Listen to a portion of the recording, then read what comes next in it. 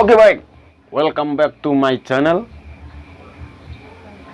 Hari ini kita akan berbincang-bincang tentang sisi lain dari COVID-19 atau yang disebut dengan COVID-19. Yang pertama yang perlu saya ingin sampaikan di sini adalah COVID-19 itu dia tidak hanya mendatangkan sisi negatif saja, tetapi COVID-19 itu banyak sekali sisi positifnya. Baik teman-teman, hari ini saya ingin sampaikan bahwa COVID-19 itu adalah salah satu penyakit yang tidak hanya mendatangkan sisi positif, sisi negatif, tetapi COVID-19 atau COVID-19 itu dia juga mendatangkan sisi positif. Yang pertama yang perlu teman-teman ingat bahwa COVID-19 itu dia berhasil mengingatkan kepada semua manusia bahwa ternyata masih ada zat yang mengendalikan kehidupan dunia ini, yaitu Tuhan. Di luar daripada konspirasi atau di luar daripada COVID-19 ini dianggap sebagai konspirasi. Teman-teman perlu ingat itu. Selain dari itu, COVID-19 ini berhasil membuat semuanya rehat sejenak atau berhenti sejenak.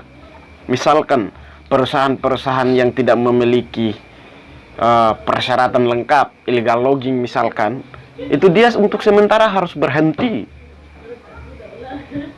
Sementara dia harus berhenti karena COVID-19.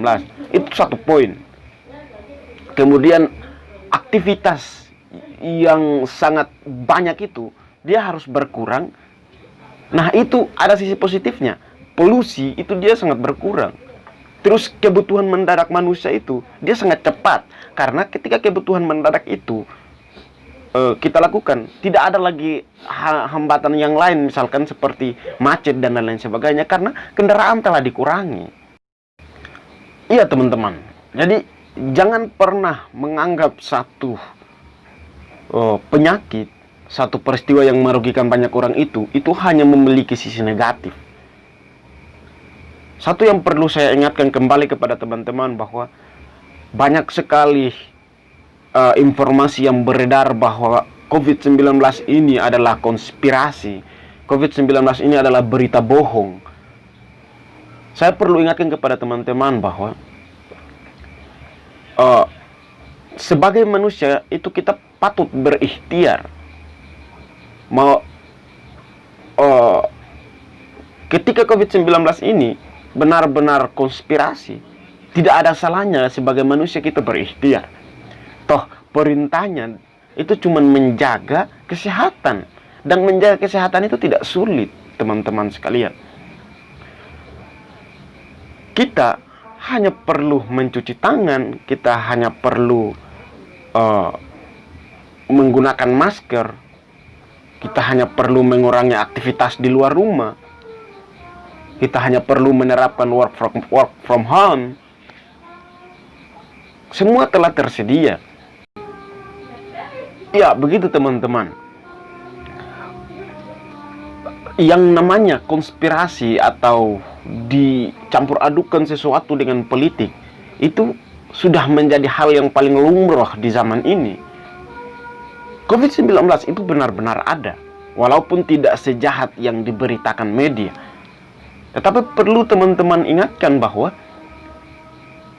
menjaga kesehatan itu kewajiban setiap manusia. Saya mau ingatkan kepada teman-teman, atau mau tanyakan kepada teman-teman, saya mau tanyakan kepada teman-teman bahwa apakah teman-teman tidak ingin sehat? Tentu jawabannya semua ingin sehat. Perintah menjaga kesehatan itu sebenarnya tidak perlu diperintahkan. Itu adalah kewajiban manusia. Maka okelah, negara-negara besar, bahkan negara kita sendiri menganggap COVID-19 ini sebagai, membuat COVID-19 ini sebagai sebuah konspirasi. Tetapi kita tidak perlu mengklaim bahwa itu benar-benar konspirasi. Karena bisa saja kita bisa terjerat penyakit ini. Iya, baik teman-teman. Apapun yang terjadi di negara ini, itu pasti ada campur tangan negara untuk menjadikannya konspirasi. Demi meloloskan kepentingan negara, demi membuat hal-hal yang agak menuai kontradiksi dengan berbagai pihak. Tetapi sesuatu itu benar-benar ada.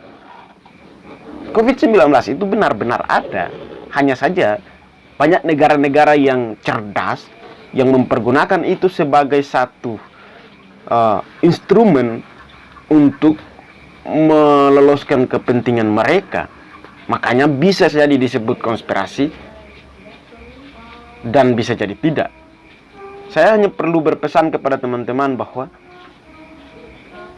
COVID-19 ini 50% konspirasi dan 50% benar-benar ada. Tapi dengan catatan COVID-19 tidak sejahat yang diberitakan media.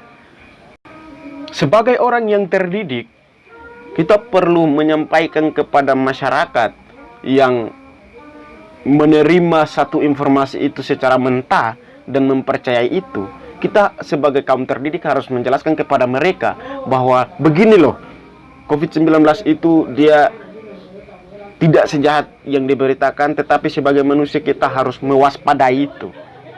Bukan hal yang merugikan kita, tetapi itu adalah tugas kaum terdidik untuk bagaimana menjelaskan secara rinci kepada orang-orang yang kurang tingkat analisisnya, sehingga mengklaim ini salah, mengklaim ini tidak benar. Sebagai kaum terdidik kita harus cepat-cepat mencegah itu. Itu yang dimaksud dengan fungsi sosial kontrol. Oke teman-teman, jadi akhir dari saya kepada teman-teman sekalian bahwa tetaplah berikhtiar, tetaplah istiqomah di jalan kebenaran, dan tetaplah memperjuangkan hak-hak rakyat. Sekian dari saya. Semoga kita semua dalam keadaan sehat-sehat walafiat, dan semoga perjuangan kita selalu dibarengi dengan doa, dan semoga kita selalu dalam lindungannya yang menciptakan bumi ini. Billahi taufiq wal hidayah. Wassalamualaikum warahmatullahi wabarakatuh. Tabea.